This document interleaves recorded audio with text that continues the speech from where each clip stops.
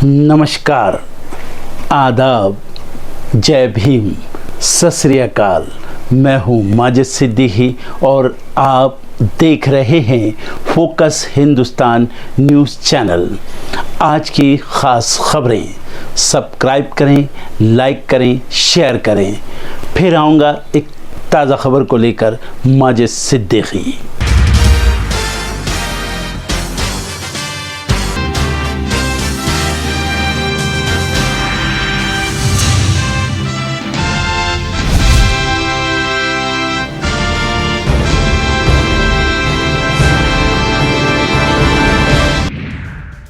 वरुण गांधी की सीट से बीजेपी का टिकट मिलने पर बोले जितिन प्रसाद, जानता हूं बहुत लोग थे उम्मीदवार। बंगाल की जंग में सिराजुद्दौला की एंट्री, टीएमसी का आरोप, प्लासी की लड़ाई में बीजेपी कैंडिडेट के पुरखों ने नवाब के खिलाफ अंग्रेजों का दिया था साथ। धार की ऐतिहासिक भोजशाला में आज होगा हनुमान चालीसा का पाठ, 5वें दिन भी एएसआई की टीम कर रही सर्वे। महाराष्ट्र में सीट शेयरिंग को लेकर शरद पवार और उद्धव ठाकरे करेंगे अहम बैठक, आज जारी होगी उम्मीदवारों की पहली लिस्ट। लोकसभा चुनाव को लेकर कांग्रेस ने कसी कमर, आज राजस्थान में पार्टी ने बुलाई बैठक, चुनाव की रणनीति पर होगी चर्चा।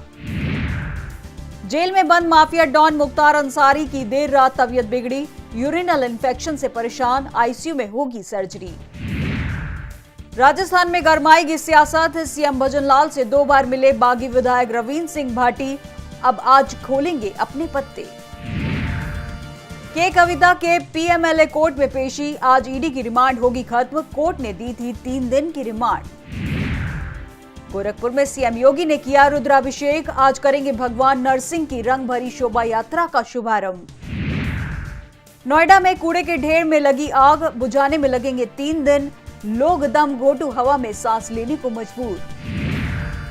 मॉस्को आतंकी हमला कट्टरपंथी इस्लामावादियों ने किया, राष्ट्रपति पुतिन ने किया दावा। बलूचिस्तान में नौसैनिक सुविधाओं पर हुआ हमला, पाकिस्तानी सेना ने 4 विद्रोहियों को मार गिराया। अमेरिका की चीनी हैकर्स के खिलाफ बड़ी कार्रवाई, जासूसी करने वालों को ठहराया दोषी, 7 पर रखा $10 मिलियन का इनाम। हमास के साथ युद्ध खत्म करे इजरायल, डोनाल्ड ट्रंप ने की शांति मार्ग पर लौटने की अपील। पाकिस्तान के दूसरे सबसे बड़े एयरपोर्ट पीएनएस सिद्दीकी पर हमला, बलूचिस्तान लिबरेशन आर्मी ने ली जिम्मेदारी। बोइंग के सीईओ डेव कैलहॉन देंगे पद से इस्तीफा, सुरक्षा संकट के बीच प्रबंधन में फेरबदल करेगी कंपनी। भारत बन रहा निवेश की पहली पसंद, दिवालिया कानून जैसे बदलावों का दिख रहा असर। होली पर वोकल फॉर लोकल का असर, चीनी उत्पादों से मोह भंग, सीएआईटी महासचिव प्रवीण खंडेलवाल ने कही ये बात। नकदी संकट से जूझ रहे पाकिस्तान की नजरें भारत पर टिकी, कई बातों पर हो रहा गंभीरता से विचार। यात्रियों के लिए जरूरी खबर, आज करीब 79 ट्रेनें होंगी रद्द, कई गाड़ियों का बदला गया रूट। दिल्ली के मुख्यमंत्री अरविंद केजरीवाल 6 दिन के लिए ईडी की कस्टडी में है। भले ही ईडी ने केजरीवाल पर अपना शिकंजा टाइट कर रखा है, लेकिन उनके बुलंद इरादों को नहीं तोड़ पाई है। वो जेल से ही सरकार चलाने के अपने ऐलान पर डटे हुए हैं और ईडी के हिरासत में होने के बावजूद लगातार आदेश जारी कर रहे हैं। उन्होंने पहले ही अपने संदेश में लिखा था कि भले ही उनका मुख्यमंत्री जेल में है, लेकिन दिल्ली सरकार का कोई भी काम नहीं रुकेगा, और उन्होंने ये वादा सच करके भी दिखाया है। मुख्यमंत्री ने जेल से अपना दूसरा आदेश भी पारित कर दिया है। आप मंत्री सौरभ भारद्वाज ने बताया कि केजरीवाल ने स्वास्थ्य मंत्रालय को निर्देश दिए हैं कि अस्पतालों में गरीबों को मुफ्त जांच और दवाई मुहैया कराई जाए। भारद्वाज ने कहा कि केजरीवाल गरीबों का मुफ्त टेस्ट न होने से परेशान है। आपको बता दें कि अरविंद केजरीवाल ने इससे पहले 24 मार्च को जल मंत्रालय के लिए पहला सरकारी आदेश जारी किया था। उन्होंने जल मंत्री आतिशी को निर्देश दिया था कि दिल्ली में जहां पानी की कमी है वहां टैंकरों का इंतजाम करें, और इसके साथ ही आप प्रमुख ने बीजेपी को जोरदार झटका दे दिया है।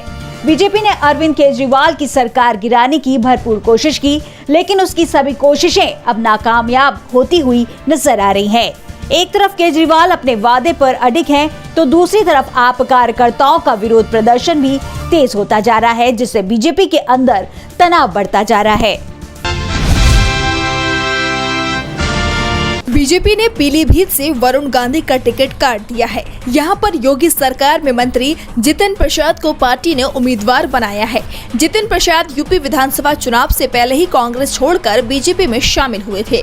बीजेपी ने वरुण गांधी का टिकट तो काट दिया, लेकिन उनकी मां मेनका गांधी को सुल्तानपुर से टिकट दे दिया है। लेकिन बेटे के टिकट कटने को लेकर मेनका नाराज हो गई हैं।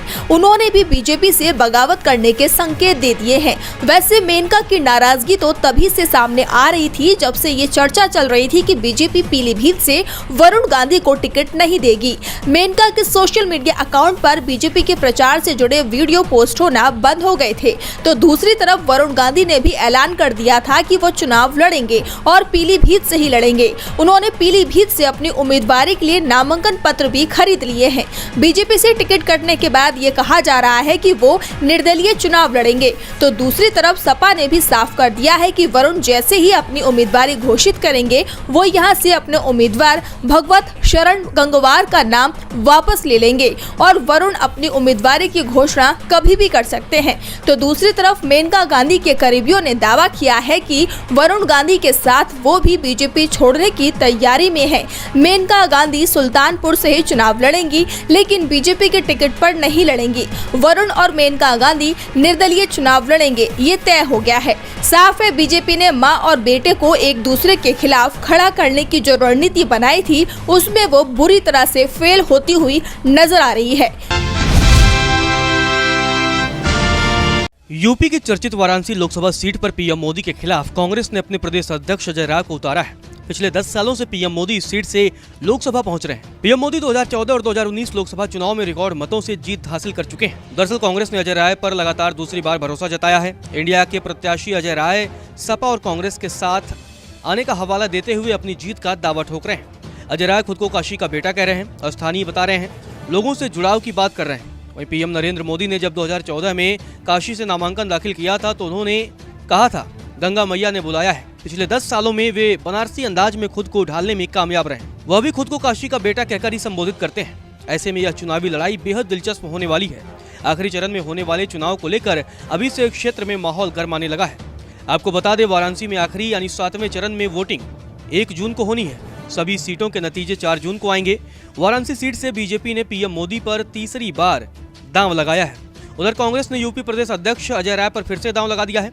हालांकि इस बार इंडिया गठबंधन में सपा के शामिल होने से कांग्रेस को पार्टी का साथ भी मिल जाएगा। इससे इंडिया के संयुक्त प्रत्याशी और कांग्रेस नेता अजय राय भी मजबूत स्थिति में नजर आ रहे हैं। वाराणसी लोकसभा सीट के पिछले चुनावी नतीजों की बात करें तो कांग्रेस प्रत्याशी अजय राय वाराणसी से चौथी बार चुनाव लड़ने जा रहे हैं, लेकिन उन्हें लगातार 3 लोकसभा चुनाव में हार का सामना करना पड़ा है। 2014 और 2019 लोकसभा चुनाव में बीजेपी कैंडिडेट नरेंद्र मोदी ने कांग्रेस उम्मीदवार अजय राय को बुरी तरह शिकस्त दे चुके हैं। 2019 में अजय राय 5 लाख से ज्यादा वोटों के अंतर से चुनाव हार गए थे। लोकसभा चुनाव 2014 में अजय राय को 1 लाख वोट भी नहीं मिले थे। 2014 में अजय राय को मात्र 75,614 वोट मिले थे, यानी अजय राय अपनी जमानत तक नहीं बचा पाए थे। इतना ही नहीं, 2009 लोकसभा चुनाव में अजय राय ने सपा के टिकट पर चुनाव लड़ा था।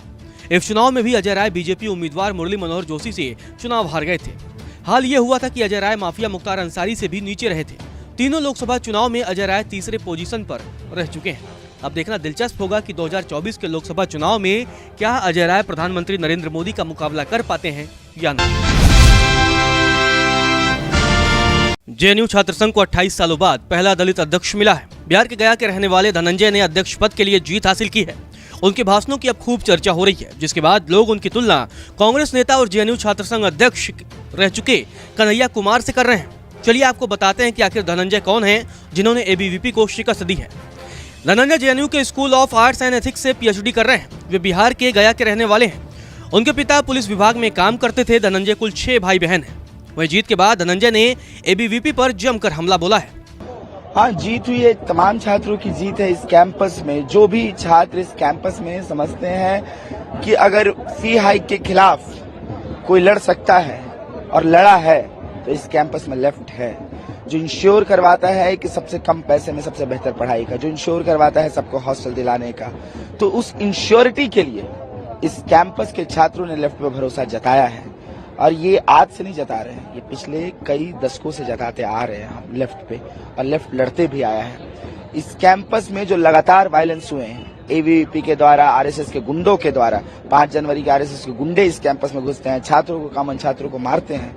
9 तारीख के जो इस कैंपस में यूजीबीएम हो रहा था उसमें एबीवीपी के जो गुंडे रहते हैं वो मारते हैं कॉमन छात्रों को, किसी का सर फटता है, किसी का हाथ टूटता है। आप देखिएगा कि उस वायलेंस के प्रति, वो वायलेंस के खिलाफ जो आवाज बनी वो वोट में तब्दील हुई है, क्योंकि उनको नकारा गया है पूरी तरह से। वो जिस तरह से एक्सपोज हुए वो तमाम तरीके से उसके खिलाफ ये वोट की गई है और हमारे पक्ष में की गई है, क्योंकि हम उस वक्त भी तमाम कॉमन छात्रों की आवाज थे, हैं और रहेंगे। इसके साथ हम देखते हैं कि जो हमारे मुद्दे हैं कि इस कैंपस में इंफ्रास्ट्रक्चर के स्तर पर बेहतरी हो, इस कैंपस में जिस तरह की बिल्डिंगों की, हॉस्टलों की हालत स्थिति हो गई है, बहुत जर्जर स्थिति में है, उसकी मरम्मत हो, उसकी बेहतर ढंग से मरम्मत हो, पैसा ना खाया जाए उसका, ये भी एक हमारी मांग है। खास बात है कि 28 साल बाद एक बार फिर से जेएनयू छात्र संघ को दलित अध्यक्ष मिला है। इससे पहले साल 1996 में बत्तीलाल बैरवा ने चुनाव जीता था। धनंजय ने एबीवीपी के उमेश चंद्र अजमीरा को 922 मतों से हराया। धनंजय के अध्यक्ष बनते ही लेफ्ट ने फिर से जेएनयू में अपना परचम लहरा दिया है।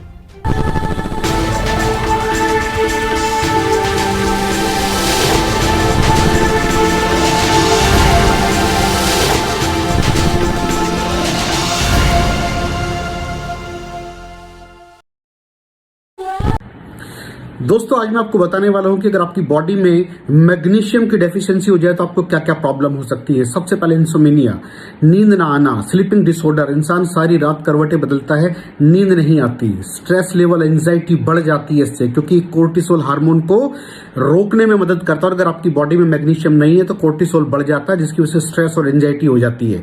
मूड स्विंग्स, इंसान को पता नहीं चलता उसके मूड स्विंग्स होते हैं, थोड़ी थोड़ी देर में गुस्सा आना, थोड़ी थोड़ी देर में चिड़चिड़ापन होना, क्योंकि ये सेरोटोनिन हार्मोन को बढ़ने में मदद करता है। अगर आपकी बॉडी में less magnesium is equal to less serotonin, और सेरोटोनिन हैप्पीनेस का हार्मोन है। अलावा इसके ये फटीग को भी कम करता था। अगर आपकी बॉडी में मिनरल डेफिशिएट है, अगर आपकी बॉडी में मैग्नीशियम नहीं है तो आपको थकावट बहुत जल्दी फील होगी, जरा सा काम करती है आपकी बॉडी थक जाएगी। पुअर डाइजेस्टिव सिस्टम, ये डाइजेस्टिव सिस्टम को भी मैनेज करने में बड़ा शानदार रोल प्ले करता है, और अगर इसकी डेफिशिएंसी है तो कॉन्स्टिपेशन, डायरिया जैसी प्रॉब्लम हो जाती है। माइग्रेन, बहुत खतरनाक प्रॉब्लम है माइग्रेन। अगर डेफिशिएट है आपकी बॉडी मैग्नीशियम से तो आपको माइग्रेन की प्रॉब्लम भी हो सकती है। ब्लड प्रेशर, अगर आपकी बॉडी में मैग्नीशियम कम है तो आपको ब्लड प्रेशर की प्रॉब्लम हो सकती है। इरेगुलर हार्टबीट, ये हार्टबीट का बढ़ जाना, कम हो जाना, बढ़ जाना, कम हो जाना, मैग्नीशियम डेफिशिएट होने की निशानी है। ऑस्टियोपोरोसिस, बोन हेल्थ वीक हो जाती है, क्योंकि आपकी बॉडी का 60% जो मैग्नीशियम है वो आपकी बोन्स के अंदर होता है। अगर आप बाहर से मैग्नीशियम नहीं ले रहे हैं तो आपकी बॉडी जो है वो हड्डियों में से लेना शुरू कर देती है, जिसकी वजह से ऑस्टियोपोरोसिस की प्रॉब्लम भी हो सकती है, आपकी हड्डियां कमजोर हो जाती हैं। और मसल क्रैम्पिंग, मसल क्रैम्प, नस पे नस का चढ़ जाना, मसल्स पे अकड़ जाना, बिल्कुल चलना मुश्किल हो जाता है। तो मसल क्रैम्पिंग भी तभी होती है जब आपकी बॉडी में मैग्नीशियम की डेफिशिएंसी हो। और दोस्त, हमारे यहाँ 90% से ज्यादा लोग मैग्नीशियम डेफिशिएंसी के शिकार हैं। कहां से मिलेगा मैग्नीशियम, कितनी मात्रा में लें, किस क्वालिटी का लें? तो उसका जवाब है वेस्टीज प्राइम CMD। इसके अंदर आपको भरपूर मात्रा में मैग्नीशियम मिलेगा, आपकी सारी प्रॉब्लम सॉल्व हो जाएगी। Thank you so much. दर्शकों, देख लिया आपने हमारे वीडियो को। हमें खुशी होगी कि आपने हमारे न्यूज़ को लाइक किया और दूसरों को शेयर किया। अगर अभी तक हमारे चैनल फोकस हिंदुस्तान को सब्सक्राइब नहीं किया है तो तुरंत सब्सक्राइब करें, कमेंट करें और बेल आइकॉन को प्रेस करें। हम हाजिर हैं खबर के लिए।